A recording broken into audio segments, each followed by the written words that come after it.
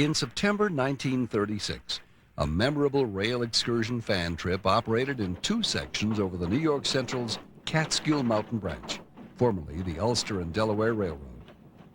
The first section passes New York, Ontario, and Western Steam Power at Weehawken, New Jersey, on the NYC's West Shore Line. When the first section arrived at Kingston, New York, the harried trainmaster found he would need to use 3 venerable 10-wheelers to get the heavy train over the steep grades of the U&D. This would seriously delay the second section, while more locomotives were fired up.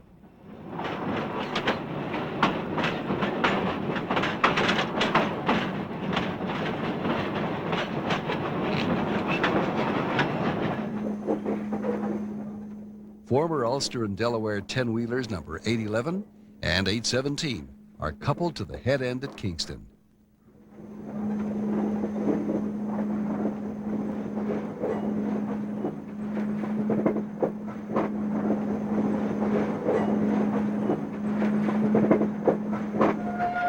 Finally, everybody was ready to go, with the first section at least.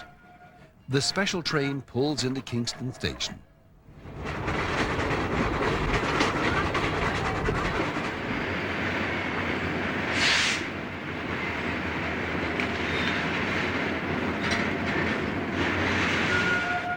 The signal is finally given to proceed, and the train starts to pull out of the Kingston station.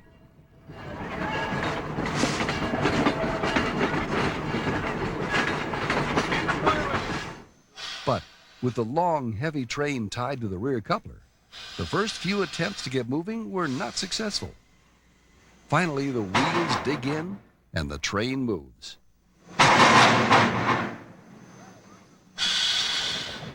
The train soon buckles down for the long climb into the Catskill Mountains near Big Indian, New York.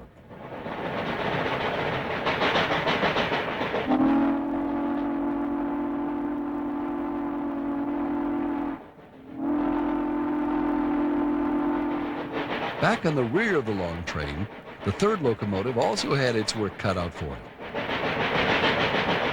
Even as all this activity was underway, the second section was waiting at Kingston for more locomotives to be fired up. It got underway hours behind schedule and did not reach Oneonta, New York at the end of the branch until dusk.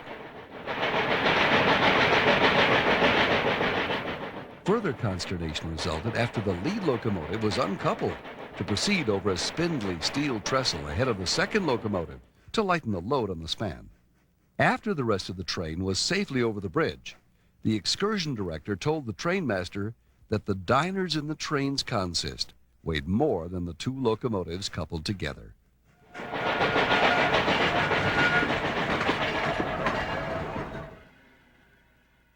Upon arrival at Oneonta, the highlight of the trip was a tour of the roundhouse of the Delaware and Hudson Railroad, where high-pressure D&H 280 number 1088 was on the turntable. Oh, the second section? It did not arrive at Oneonta until darkness fell, and did not get back to Weehawken until dawn the next day. D&H 280 number 1111 was the first of a dozen modern consolidations built at colony shops near Albany in 1927. D&H number 1402, the James Archibald, had a water tube boiler. Harmon, New York, where the steam locomotives were exchanged for electric and vice versa, had both types of power resting side by side.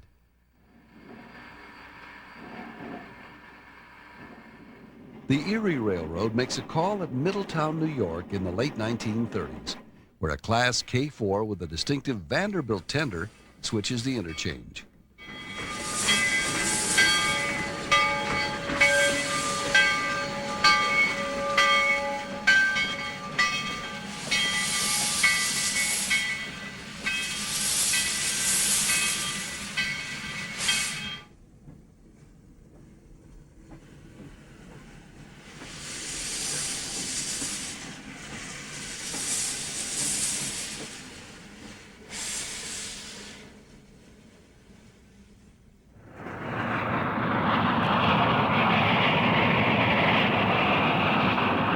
But of far more interest in Middletown is the ancient Middletown and Unionville Railroad, predecessor of today's Middletown and New Jersey.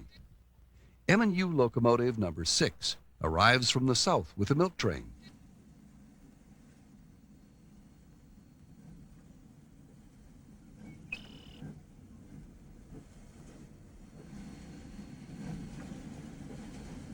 Number 6 shoves the Erie caboose out of the way and then proceeds to do its switching at Middletown.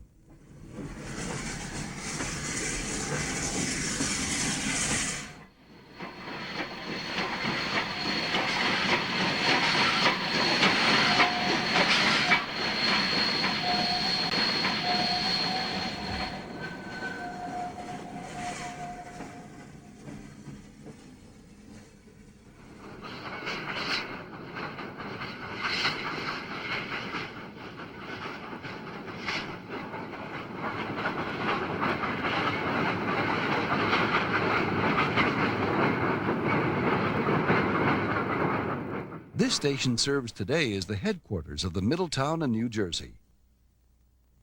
An Erie passenger train provides a momentary diversion. With its work completed, M&U number 6 heads off into the yard with its venerable side door caboose.